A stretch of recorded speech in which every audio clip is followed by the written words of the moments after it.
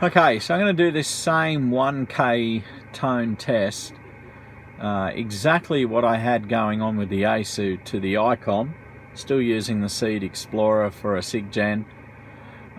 So let's see if we get all these weird harmonics with the digital noise reduction on the icom.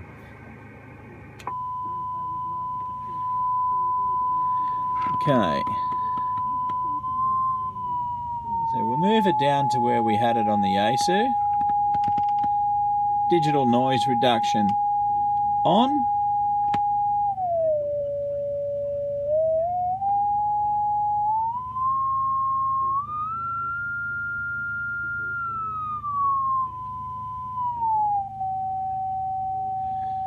No weird harmonics. Question to yaesu is, why?